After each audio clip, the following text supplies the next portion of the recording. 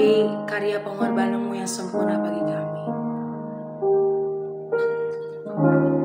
Terima kasih Tuhan Yesus. Kasih setia-Mu yang kurasakan lebih tinggi dari langit biru. Kebaikan-Mu yang telah Kau nyatakan lebih dalam dari lautan. Berkat-Mu Tuhan, berkat-Mu yang telah ku terima, sempat membuatku terpesona. Apa yang tak pernah ku pikirkan, itu yang Kau sediakan bagiku. Terima kasih Tuhan. Siapakah aku ini Tuhan?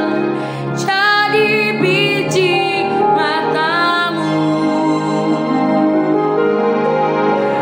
Dengan apa akan ku balas Tuhan selain puji dan sembah Kau?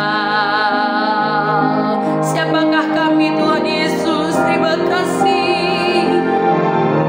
Siapakah aku ini Tuhan? Jadi biji mata-Mu.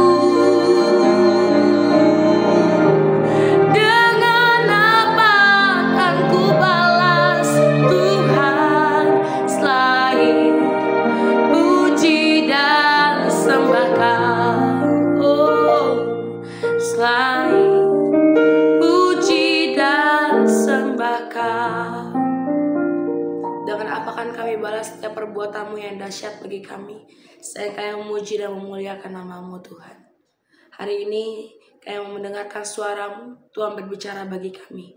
Kami siap mendengarkan. Dalam nama Tuhan Yesus kami berdoa dan mengucap syukur. Haleluya. Amin. Shalom Bapak Ibu dan Saudara-saudari, kita berjumpa kembali di dalam perenungan intim dengan Allah, yang pada kesempatan ini akan membahas mengenai buah pekerjaan Roh Kudus. Pembacaan firman Tuhan yang akan kita renungkan bersama terdapat pada kitab Galatia 5 ayatnya yang ke-13 sampai dengan Galatia 6 ayatnya yang ke-10. Berikut adalah firman Tuhan di dalam Galatia 5 ayatnya yang ke-13 sampai dengan Galatia 6 ayatnya yang ke-10.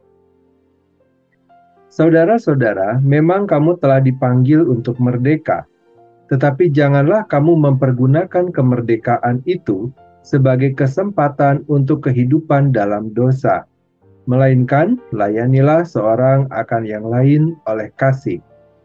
Sebab seluruh hukum Taurat tercakup dalam satu firman ini, yaitu kasihilah sesamamu manusia seperti dirimu sendiri.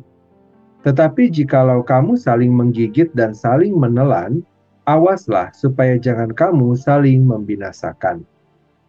Hidup menurut daging atau roh?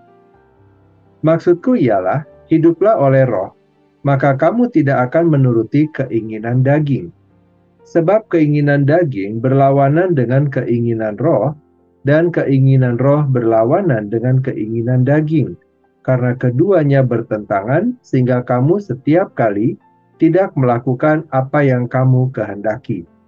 Akan tetapi jikalau kamu memberi dirimu dipimpin oleh roh, maka kamu tidak hidup di bawah hukum Taurat. Perbuatan daging telah nyata, yaitu percabulan, kecemaran, hawa nafsu, penyembahan berhala, sihir, perseteruan, perselisihan, iri hati, amarah, kepentingan diri sendiri, percideraan, roh pemecah, kedengkian, kemabukan, pesta pora, dan sebagainya. Terhadap semuanya itu kuperingatkan kamu, seperti yang telah kubuat dahulu, bahwa barang siapa melakukan hal-hal yang demikian, ia tidak akan mendapat bagian dalam kerajaan Allah. Tetapi buah roh adalah kasih, sukacita, damai sejahtera, kesabaran, kemurahan, kebaikan, kesetiaan, kelemah lembutan, penguasaan diri. Tidak ada hukum yang menentang hal-hal itu. Barang siapa menjadi milik Kristus Yesus, ia telah menyalibkan daging dengan segala hawa nafsu dan keinginannya. Jikalau kita hidup oleh Roh, baiklah hidup kita juga dipimpin oleh Roh. Dan janganlah kita gila hormat. Janganlah kita saling menantang dan saling mendengki. Galatia 6. Saling membantulah kamu. Saudara-saudara, kalaupun seorang kedapatan melakukan suatu pelanggaran, maka kamu yang rohani harus memimpin orang itu ke jalan yang benar dalam roh lemah lembut, sambil menjaga dirimu sendiri supaya kamu juga jangan kena pencobaan. Bertolong-tolonglah menanggung bebanmu, demikianlah kamu memenuhi hukum Kristus. Sebab kalau seorang menyangka bahwa ia berarti, padahal ia sama sekali tidak berarti, ia menipu dirinya sendiri. Baiklah tiap-tiap orang menguji pekerjaannya sendiri, maka ia boleh bermegah melihat keadaannya sendiri dan bukan melihat keadaan orang lain. Sebab tiap-tiap orang akan memikul tanggungannya sendiri. Dan baiklah dia yang menerima pengajaran dalam firman, membagi segala sesuatu yang ada padanya dengan orang yang memberikan pengajaran itu. Jangan sesat. Allah tidak membiarkan dirinya dipermainkan. Karena apa yang ditabur orang, itu juga yang akan dituainya. Sebab barang siapa menabur dalam dagingnya, ia akan menuai kebinasaan dari dagingnya. Tetapi barang siapa menabur dalam roh, ia akan menuai hidup yang kekal dari roh itu. Janganlah kita jemu-jemu berbuat baik. Karena apabila sudah datang waktunya, kita akan menuai jika kita tidak menjadi lemah. Karena itu, selama masih ada kesempatan bagi kita, marilah kita berbuat baik kepada semua orang, tetapi terutama kepada kawan-kawan kita seiman. Bapak, Ibu, dan saudara-saudari, surat kepada jemaat di Galatia ditulis oleh Rasul Paulus sebagai tanggapan atas tantangan yang dihadapi oleh jemaat, terutama mengenai pengajaran yang salah tentang hukum dan keselamatan. Pada saat itu, beredar ajaran bahwa untuk seseorang dapat diselamatkan, maka harus mengikuti hukum Taurat dan berbagai praktik ritual yang menyertainya. Dalam ajaran ini, keselamatan adalah karena usaha dari manusia. Sedangkan di dalam Yohanes 3 ayat 16, Tuhan Yesus sendiri mengatakan, karena begitu besar kasih Allah akan dunia ini, sehingga ia telah mengaruniakan anaknya yang tunggal, supaya setiap orang yang percaya kepadanya tidak binasa, melainkan beroleh hidup yang kekal. Dengan demikian, keselamatan adalah murni karena anugerah pemberian Allah, bukan karena perbuatan manusia. Efesus 2 ayat 8-9. By faith alone, hanya karena iman. Rasul Paulus menekankan bahwa kita dipanggil untuk hidup dalam anugerah kebebasan yang diberikan oleh Kristus. Kebebasan yang bukanlah kebebasan untuk berbuat dosa, melainkan kebebasan untuk hidup dalam kebenaran dan kasih. Dalam Galatia 5 ayat yang ke-13 sampai dengan 26, Paulus memberikan arahan yang jelas mengenai bagaimana orang percaya harus menjalankan hidup mereka, yaitu dengan menekankan peran Roh Kudus dalam menghasilkan buah yang baru dalam kehidupan mereka yang telah bertobat. Kita dapat melihat bagaimana Roh Kudus bekerja dalam hati orang percaya, mengubah cara mereka saat itu, dan saat ini kita juga di dalam kita berinteraksi. Bapak, Ibu, dan saudara-saudari, Paulus memulai dengan menegaskan bahwa orang percaya dipanggil untuk hidup dalam kebebasan. Di dalam Galatia 5 ayat 13, ia menuliskan, agar setiap orang percaya yang telah dipanggil untuk merdeka, tidak mempergunakan kemerdekaan itu sebagai kesempatan untuk hidup dalam dosa atau untuk memuaskan keinginan daging. Sebaliknya, Paulus menekankan bahwa kebebasan ini adalah kesempatan untuk melayani satu sama lain di dalam kasih. Prinsip ini merangkum seluruh hukum Taurat dalam satu perintah, yaitu kasihilah sesamamu manusia seperti dirimu sendiri. Galatia 5 ayat 14. Selanjutnya, Paulus menggambarkan pertentangan yang terjadi antara keinginan daging dan keinginan roh. Di dalam Galatia 5 ayat 16 sampai dengan 17, ia menulis, "Hiduplah oleh roh, maka kamu tidak akan menuruti keinginan daging. Sebab keinginan daging berlawanan dengan keinginan roh, dan keinginan roh berlawanan dengan keinginan daging." Daging dalam konteks ini merujuk kepada sifat manusia yang cenderung memberontak terhadap Allah dan mengejar kepuasan diri. Ini adalah gambaran dari kondisi manusia yang telah terjatuh dalam dosa, di mana keinginan untuk melakukan yang baik seringkali terhalang oleh dorongan untuk melakukan yang jahat. Namun Paulus memberikan harapan dengan menekankan bahwa Roh Kudus memimpin orang percaya untuk hidup sesuai dengan kehendak Allah. Bapak, Ibu, dan saudara-saudari, ketika seseorang bertobat dan menerima Kristus, Roh Kudus mulai bekerja dalam hidupnya, menghasilkan buah yang baru. Dalam Galatia 5 ayat 22 sampai dengan 23, Paulus menyebutkan 9 aspek dari buah roh. Kasih, sukacita, damai sejahtera, kesabaran, kemurahan, kebaikan, kesetiaan, kelemah lembutan, dan penguasaan diri.